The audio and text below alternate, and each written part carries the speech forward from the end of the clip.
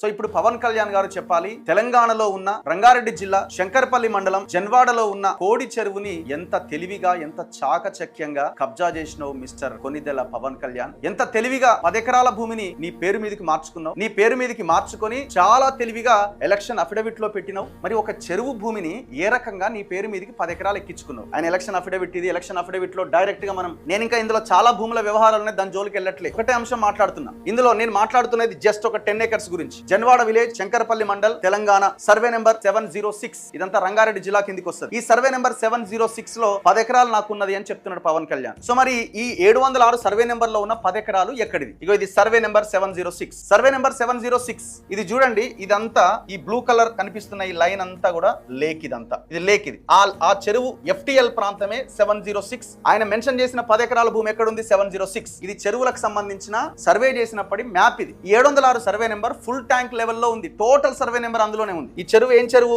Cadastral map of కోడి చెరువు అంటారు దీన్ని. కోడి చెరువు అంటారు. ఈ కోడి చెరువు 706, 708, 705 ఈ సర్వే నెంబర్స్ లో ఉన్నది. ఇది కోడి చెరువు. ఈ కోడి చెరువు పూర్తి ఎక్స్టెంట్ ఎంత? Area of the tank up to FTL 26 ఎకరాల 20 గుంటల భూమి FTL ప్రాంతం ఉంది అని ఈ సర్వే చెప్తున్నది. ఈ సర్వే ఎప్పుడు చేసింది? గవర్నమెంట్ చేయించింది. మరి 706 సర్వే నెంబర్ ఎట్లా వచ్చిందా నీకు?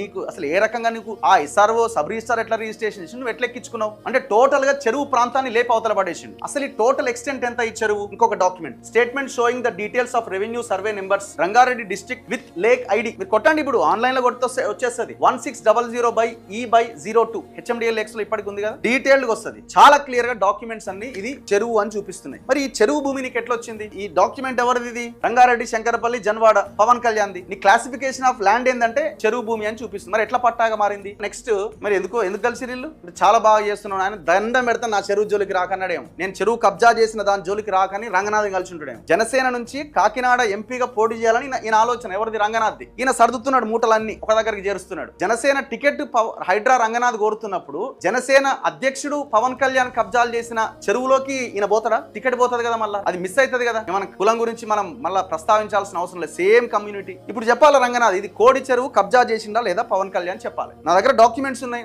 నేను ఎవిడెన్స్ చూపిస్తున్నా. 500 కోట్ల ప్రాపర్టీ అది, 500 crores. ఇది ఓన్లీ ఒక ఎపిసోడ్ ఒకటే. ఇంకా 18 ఎకరాలలో మనోడు ఇంకా దళితుడు కూడా అయింది. మళ్ళీ పవన్ కళ్యాణ్ ఇలా ఇంకొక ఎపిసోడ్ లో చెప్తా. దళితుడు కూడా అయింది. ఆయన అసైన్మెంట్ భూములని, ప్రభుత్వాలు అసైన్ చేసిన భూములను కూడా రిజిస్ట్రేషన్ చేసుకున్నాడు.